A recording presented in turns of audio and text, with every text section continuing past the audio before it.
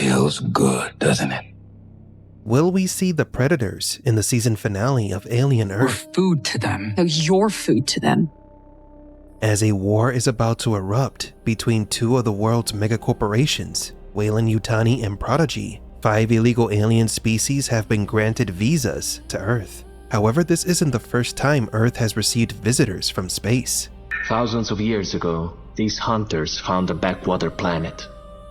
They taught humans how to build, and were worshipped as gods. It's a world under the surveillance of an alien race that has been hunting xenomorphs for centuries. The Yautja, terrifying hunters who have long avoided the humans, may have a problem with what Prodigy is doing to their favorite prey. Humans were used to breed the ultimate prey. The hunters would battle these great serpents to prove themselves worthy to carry the mark. God, I'm so bored, lost in space in my gloomy ship. So to entertain myself, I'm going to ask you, what if in the season finale of Alien Earth, the predators could make a surprise appearance and maybe be the ones who destroy Prodigy?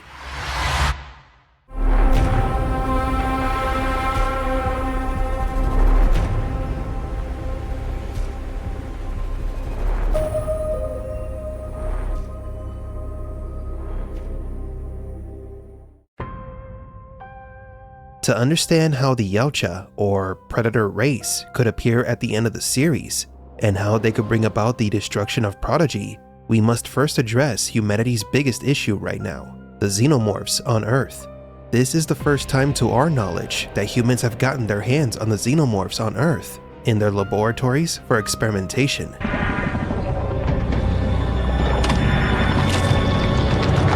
If the humans ever gain control of the xenomorph technology, Prodigy and Boy Cavalier will become a bigger threat to the universe than Weyland-Yutani, and this could draw the attention of the predators.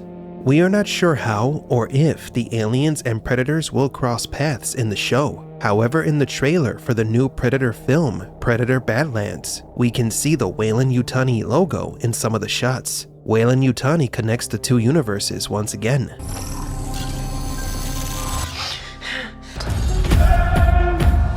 So it may be only a matter of time before we see these two iconic alien races clash once again.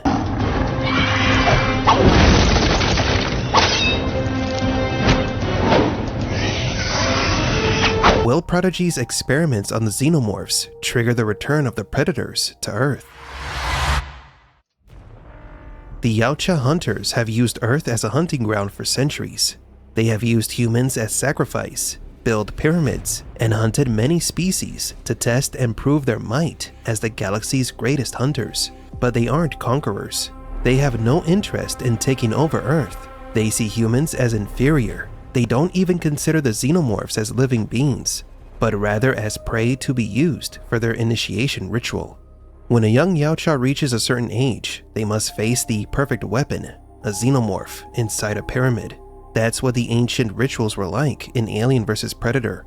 Over time, the tradition has been diluted, but it's clear that both the xenomorphs and humans are still being watched and used by the Yautja. The predators also have methods to keep the xenomorph's infection at bay in case of emergencies.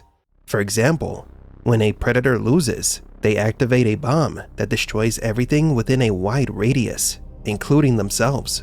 But if the hunters lost, they made sure nothing survived. Centuries later, humans have shifted the balance of power. Like the Xenos, humans were also simply prey to the predators. But humans have evolved from prey to predator. From Boy Cavalier's perspective, the study of xenomorphs may greatly advance his quest for immortality. But the Xenos are valuable commodities for the predators. They can't allow humanity to control them. That leaves us with an unsettling question. What if the Yautja send hunters to destroy the xenomorphs, and they end up wrecking Prodigy City and Neverland Island?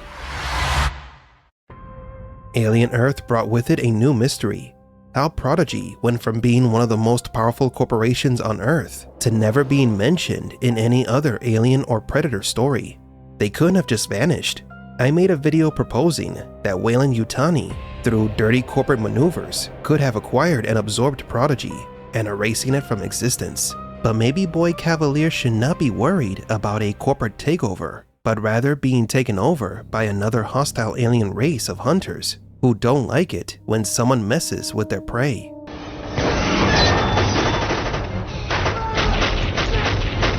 According to the lore, the predators come from Yautja Prime, a hostile world that forged an entire culture around hunting and controlling hundreds, perhaps thousands of planets in the universe. The last time the Yautja made a trip to Earth was 2018.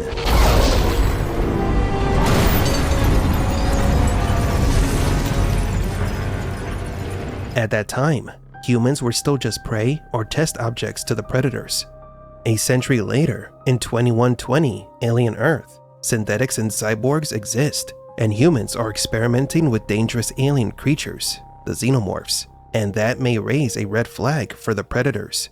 The xenos are the deadliest creatures around. Killing one is considered an honor for the predators. If the humans were to ever control and use the xenomorphs, that would place them over the predators. The prey becomes the predator. If anything can set off the panic button on Yautja Prime, it would be this: humans getting closer to learning and controlling the xenos.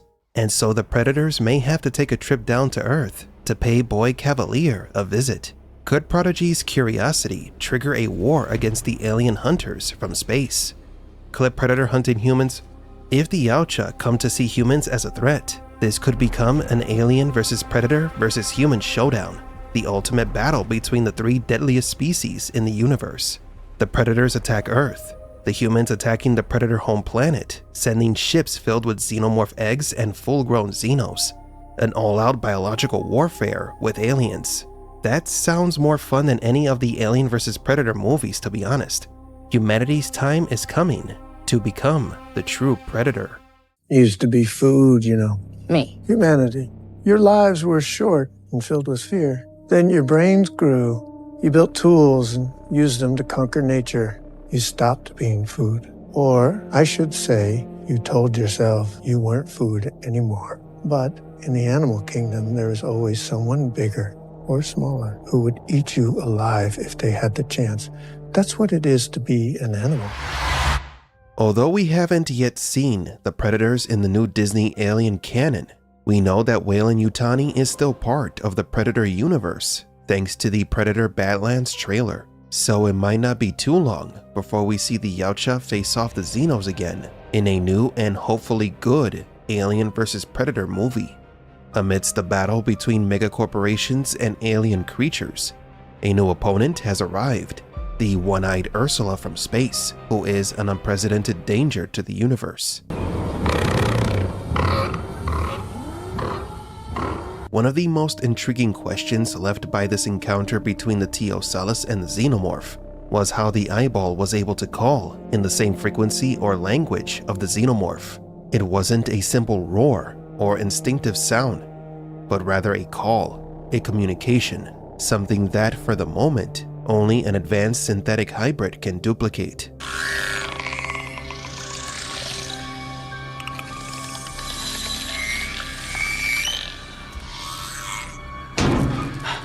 But what makes the Teosallus special is that it didn't have to learn the frequency. It spoke it instinctively, as if it already knew the language. The call was direct. It was a challenge, like if someone calls your name and challenges you to a fight.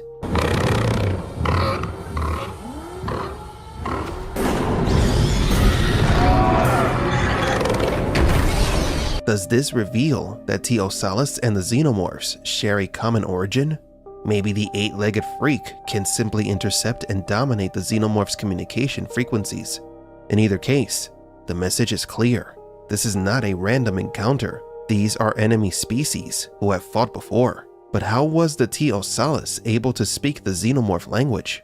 It's been mentioned on several occasions that this creature is as intelligent as humans, and the creature does seem to have a level of self-awareness and possibly has an agenda or vendetta. If the eyeball is as intelligent as us, it could come from a civilization of a close or equal level as ours, maybe even superior to ours. If so, this civilization would pose a threat to the predators.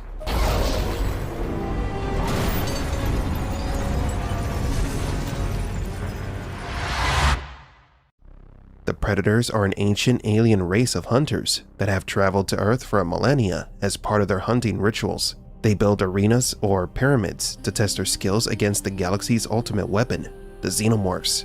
The Earth became a veritable training ground for the Yautja civilization.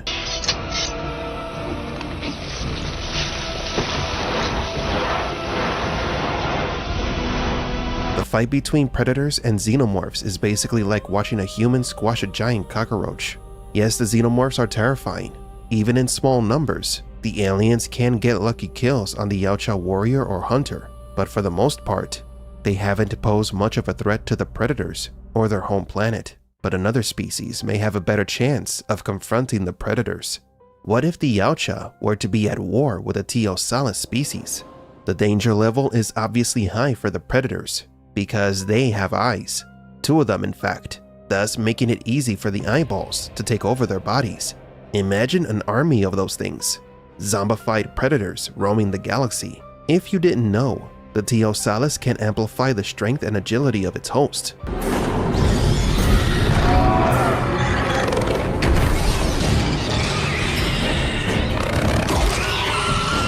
Predators are stronger than humans and xenos by nature, so a legion of possessed Yautja that are stronger, faster, and feel no pain would be a nightmare come to life. We don't know the exact age of the eyeball that was captured by the Maginot, but it is incredibly intelligent and easily adjusts and adapts to any situation. As I've mentioned in my previous video, the teased seemed to have wanted to exterminate the xenomorphs. It had a chance to kill the crew member, Zoya, after it took control of Schmel, but instead, it called for the Xeno and attacked it, and the Xeno reacted as if it were afraid, like it recognized its natural predator.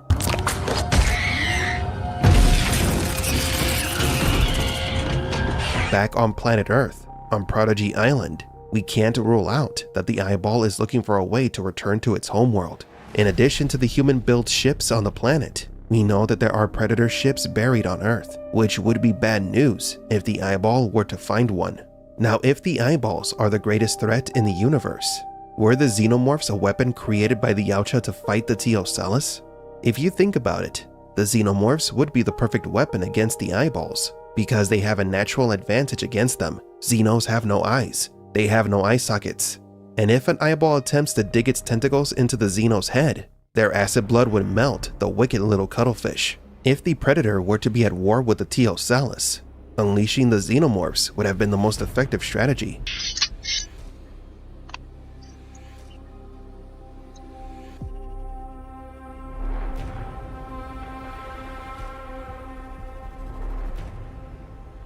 Now, is there a chance that a predator could make an appearance in Alien Earth? Maybe.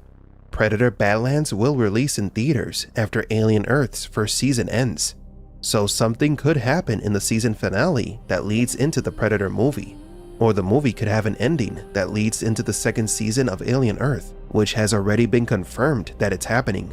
However, a battle between teased and the Yautja warriors is so big, it deserves its own movie. Unlike the aliens, whose story seems to always revolve around others trying to use them, teased story could be much more complex, stemming from an ancient rivalry between them, the Xenos, and the Predators. So what do you think? Who would win in a fight? A predator or an eyeball? Will we ever see a zombie predator? I'm a GloomyGeek, and don't forget to like and subscribe.